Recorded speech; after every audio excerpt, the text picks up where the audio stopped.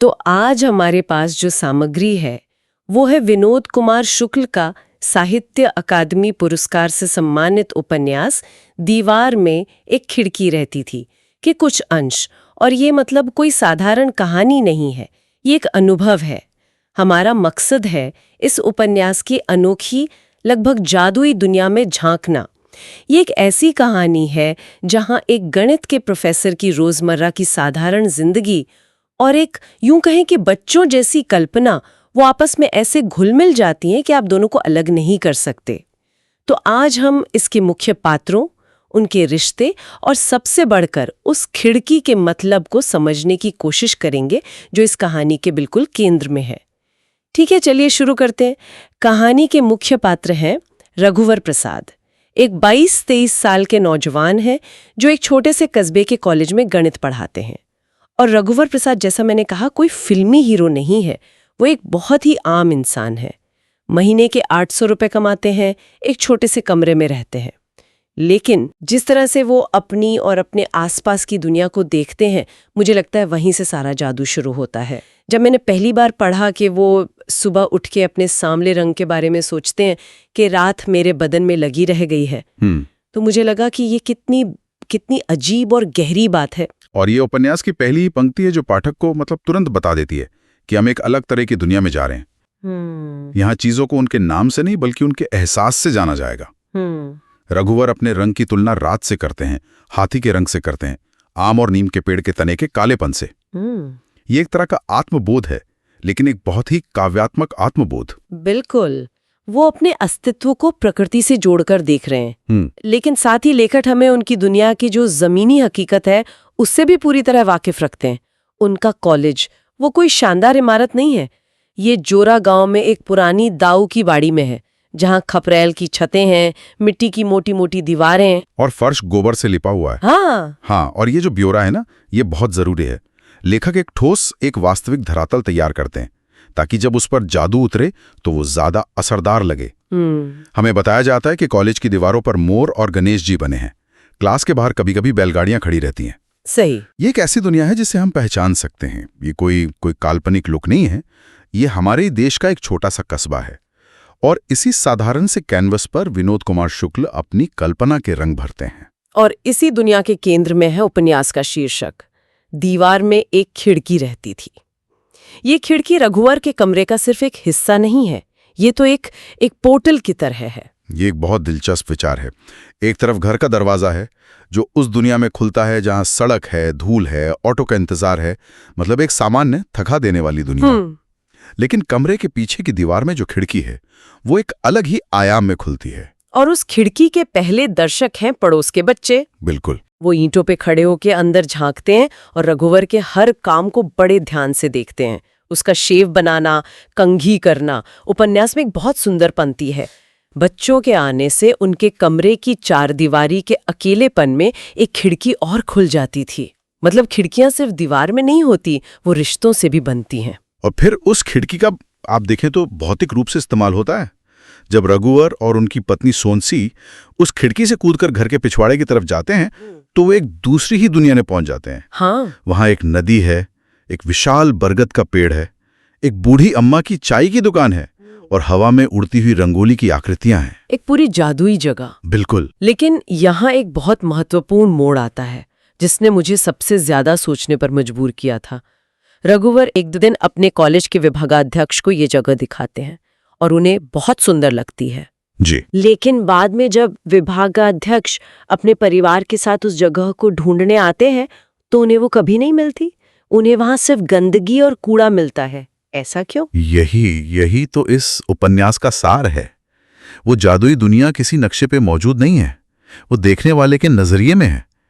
रघुवर और सोनसे के लिए वो दुनिया सच है क्योंकि वे उसमें विश्वास करते हैं, वे उसे अपनी कल्पना से सींचते हैं। अच्छा। विभागाध्यक्ष जब पहली बार उसे रघुवर की आंखों से देखते हैं तो उन्हें भी दिख जाती है, लेकिन जब वे एक सामान्य तर्कवादी दिमाग से उसे खोजने आते हैं तो जादू गायब हो जाता है। मतलब वो नजर चाहिए उस दुनिया को देखने के लिए। बिल्कुल, ये इस बात का प्रतीक है कि बड़े होकर हम अक्सर उस नजर को खो देते हैं जो साधारण में असाधारण देख सके। हमें हर चीज में तर्क चाहिए, सबूत चाहिए। और इस प्रक्रिया में हम जादू को मार देते हैं। सही कहा। और उस जादुई दुनिया को सबसे ज्यादा जिंदा रखने वाले रघुवर और सोंसी खुद हैं। उनका आपसी रिश्ता ही उस दुनिया का केंद्र है। वे नए नए शादीशुदा हैं और उनका संवाद तो बस कमाल का है। हाँ, उनका संवाद असल में उनकी साधारण और कुछ हद तक जो सीमित जिंदगी है उसको असीमित बनाने का एक तरीका है।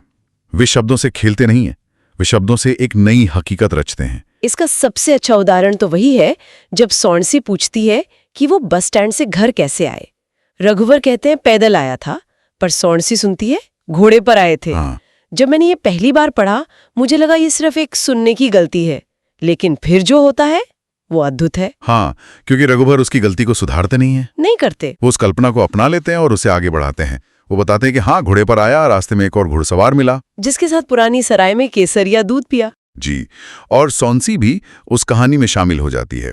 वे दोनों मिलकर अपनी वापसी की एक ज्यादा रोमांचक, ज्यादा सुंदर कहानी गढ़ लेते हैं। ये उनके प्यार का इजहार है जो आई लव यू कहने से कहीं ज्यादा गहरा है। पर यहाँ एक सवाल उठता है, क्या ये एक तरह का पलायनवाद नहीं है, एस्केपिज्म? क्या वे अपनी गरीबी, अपनी नीरस जिंदगी की सच्चाई से भागने के लिए सब कर रहे हैं? ये बहुत अच्छा सवाल है। पहली नजर में ये पलायनवाद लग सकता है, लेकिन मुझे लगता है ये उससे कहीं ज्यादा सक्रिय और रचनात्मक प्रक्रिया है। वे अपनी हकीकत से भाग नहीं रहे हैं, वे अपनी हकीकत को और बेहतर बना रहे हैं। पलायनवाद होता अगर वे अपनी जिंदगी से दुखी होकर सिर्फ सपने देखते। यहां वे अपने रोजमर्रा के जीवन में ही कल्पना को घोल रहे हैं। अच्छा। और जैसे एक और जगह वे खटिया पर लेटे लेटे पंछी बनकर उड़ने की बात करते हैं और ऐसी जगह जाने की कल्पना करते हैं जहां 6 महीने की रात होती है। ये उनकी दुनिया का विस्तार है, उससे इनकार नहीं। वे अपनी सीमाओं को जानते हैं, लेकिन उन सीमाओं को अपनी कल्पना से तोड़ते हैं। और ये कल्पना सिर्फ बातों तक सीमित नहीं रहती, कई बार ये हकीकत में बदल जाती है। और इसका सबसे बड़ा उदाहरण है वो हाथी। हाँ, वो हाथी। रघुवर को कॉलेज जाते हुए अक्सर एक साधु हाथी पर बैठा दिखता है। ये उसकी रोज की जिंदगी का एक हिस्सा है, लेकिन इसमें भी एक अजीब सा जादू है। वो हाथी रोजमर्रा की जिंदगी में एक अजूबे की तरह है, एक ऐसी चीज जो सामान्य नहीं है पर रोज दिखती है और धीरे धीरे सामान्य लगने लगती है। और रघुवर अक्सर कल्पना करता है कि वो उस हाथी पर बैठकर कॉलेज जाएगा। और फिर एक दिन ये सच हो जाता है। भारी बारिश के दिन जब उसे कोई सवारी नहीं मिलती तो वही साधु उसे सच में हाथी पर लिफ्ट देता है और घर छोड़ता है। और सबसे खूबसूरत बात तो तब होती है, हाँ, जिस दिन उनके पत्नी सोंसी शादी के बाद पहली बार घर आ रही होती है। रघुवर उसे लेने हाथी पर बैठकर ही पहुंचता है। यहाँ कल्पना और हकीकत पूरी तरह एक हो जाते हैं। साहित्य में इसी को जादुई यथार्थवाद या मैजिकल रियलिज्म कहते हैं। ये एक ऐसी शैली है जहां जादू को किसी चमत्कार की तरह नहीं बल्कि रोजमर्रा की जिंदगी का एक स्वाभाविक, एक सामान्य हिस्सा बनाकर पेश किया जाता है। सही। यहाँ कोई हैरान नहीं होता कि हाथी पर बैठकर कोई कॉलेज जा रहा है, ये बस घटित हो जाता है। उपन्यास में ऐसे कई और उदाहरण हैं जो बहुत सूक्ष्म और सुंदर है, जैसे सोंसी के गीले बालों को झटकने से हवा में इंद्रधनुष का बन जाना। बिल्कुल। या तालाब में चांद तारों का नहाना, या फिर हवा में रंगोली की आकृतियों का उड़ना। ये सब इतना सहज लगता है। बिल्कुल। और ध्यान देने वाली बात यह है कि ये जादू हमेशा कोमल और जीवन को सुंदर बनाने वाला होता है। ये कभी डरावना या अलौकिक नहीं होता। ये प्रकृति और इंसान के रिश्ते से पैदा होता है। ये दिखाता है कि अगर हमारा नजरिया सही हो तो जादू हमारे आसपास ही मौजूद है। जैसे कि एक आलोचक ने कहा है, इस उपन्यास में कोई खलनायक या बड़ा संघर्ष नहीं है।